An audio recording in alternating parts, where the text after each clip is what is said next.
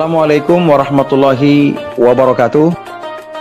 Perkenalkan, nama saya Muhammad Akmal, pangkat Inspektur 1 Polisi, Jabatan Kapolsek Tapa, Polres Bone Bolango.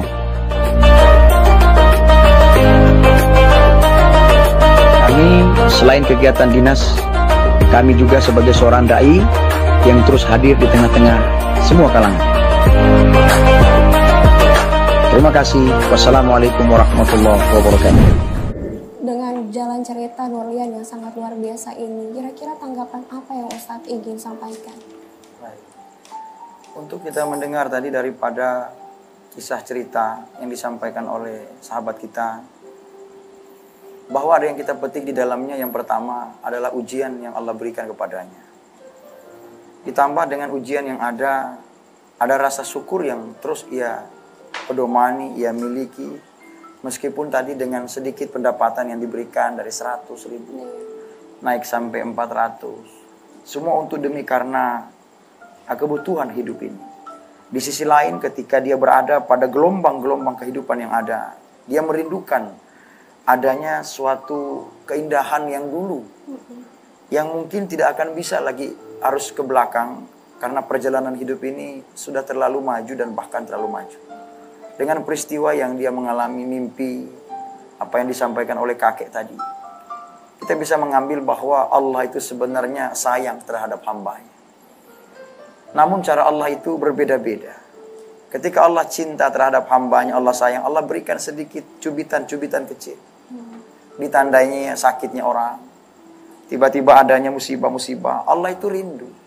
Cuma karena Allah harus memberikan ujian itu agar kita kembali kepadanya, agar kita tahu bahwa saya ini hanyalah sebagai titipan Allah di dalam hidup ini. Dan ketika saya ada musibah, ala bizikrillahi tatma'innal qulub. Dengan mengingat Allah, maka hati menjadi tenang. Sementara musibah yang ia hadapi sampai tadi harus menjual sertifikat di dalam meraih masa depan yang cemerlang, yang lebih baik. Sehingga pada saat itu pun juga Allah akan menguji.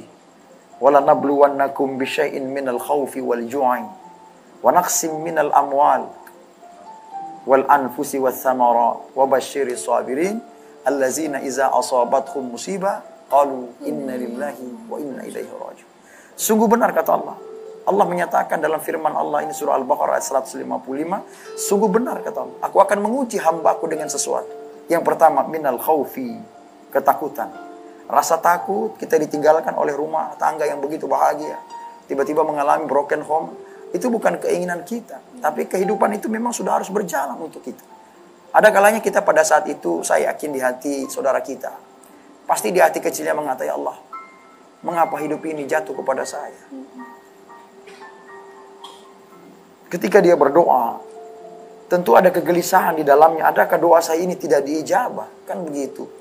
Tapi ketika kita merasa ragu dengan doa kita tidak diijabah, kita hilangkan perasaan itu. Karena Allah sendiri telah berfirman di dalam Al-Quran, Udu'uni astajib lakum. Minta kepada aku akan jawab doa.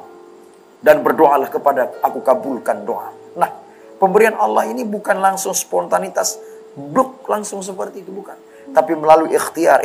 Tadi kita dengar luar biasa usahanya. Dia harus sabar, dia harus melakukan kesana kemari, bahkan jauh harus keluar kota. Kemudian dengan itu dia harus mencari sesuatu hal yang kalau konteks dia sebagai seorang wanita mungkin tidak sanggup, ya Allah.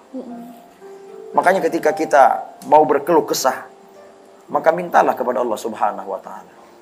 Wa may yattaqillahu yaj'al lahu makhrajan wa yarzuqhu min haitsu la yahtasib.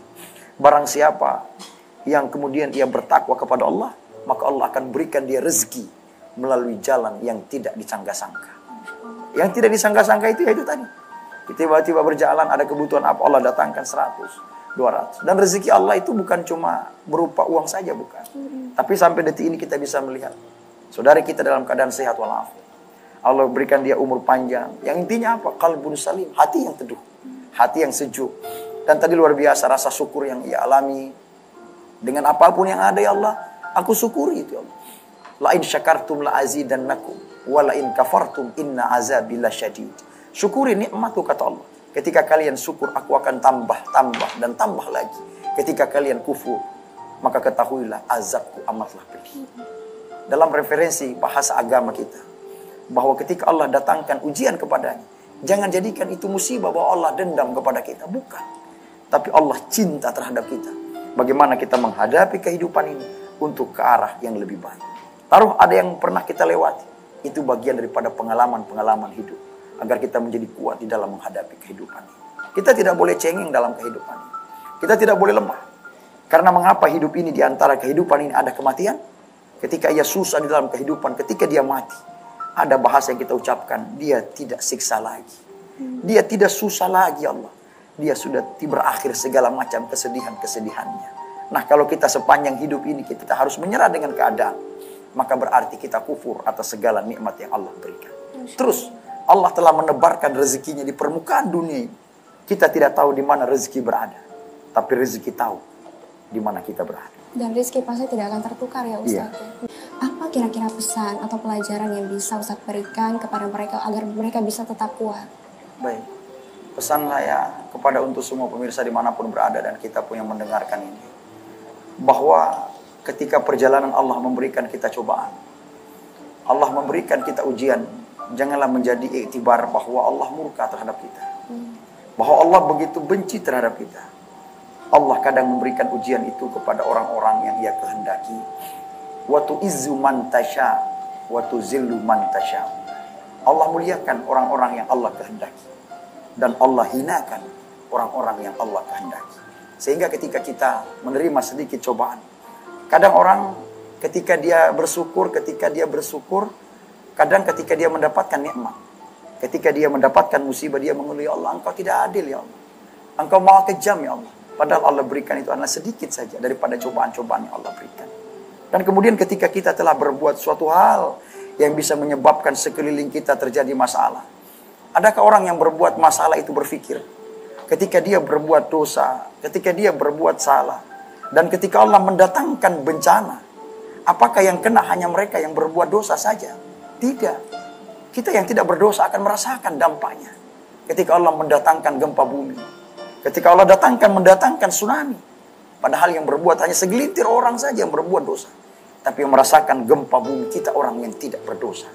Nah, inilah makna ketika kita menjadikan iktibar, menjadikan contoh dan tamsil dalam setiap perilaku-perilaku kita. Mari kita untuk respect, kita untuk feedback ke belakang bahwa kita adalah ciptaan Allah Subhanahu wa taala. Berdoa jangan ada ragu di dalamnya. Karena Allah sudah berjanji di dalam Al-Quran, Udu'uni astajib lakum. Minta kepadaku, aku akan jawab doamu, dan berdoalah kepadaku, aku kabulkan doa. Tidak ada doa yang tidak dikabulkan Allah, namun caranya bertahap-tahap. Ada sekali dia minta, ya Allah berikanlah saya rezeki yang banyak. Allah kasih bukan rezeki sekaligus, tapi Allah kasih umur panjang dia nanti. Setelah itu dia mendapatkan pekerjaan, Allah coba pekerjaan dengan mudah. Dari situ Allah teteskan rezekinya, bertambah gajinya, diberikan oleh perkantoran dan lain-lain sebagainya. Kemudian di saat itu lagi dia akan bekerja, dia akan berdoa lagi. Ya Allah, aku tidak cukup dengan nikmatmu ini ya Allah. Allah kasih dia melalui keturunan anak-anaknya. Anak-anaknya bekerja menjadi bahagia, dan anak-anak ini memberikan nafkah kepada kedua orang tuanya. Bahkan ketika kita mendengar cerita tadi, bahwa ketika hubungan keluarga itu menjadi retak, yang berdampak adalah anak-anak itu sendiri. Sehingga janganlah kita lupakan ketika ikrar ijab kabul kita pertama kali. Ketika kita menjadi satu pasangan yang utuh. Wa min ayatihi an khalaqalakum min anfusikum azwaja litaskunu ilaiha wa ja'ala bainakum mawaddatan wa rahmah. Pasangan suami istri itu, istri adalah ayat Allah, bagian daripada tanda-tanda kebesaran Allah. Sehingga ketika ada suami yang begitu menghargai ayat Allah, maka tidak akan ada suami yang menginjak-injak istrinya. Ketika suami begitu menghargai, menghormati ayat Allah, maka tidak akan ada cerita suami yang menelantarkan, bahkan menghinakan istrinya.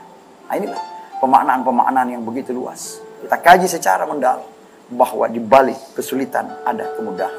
Inna ma'al musri yusra. Di balik kesulitan pasti ada, selalu ada kemudahan.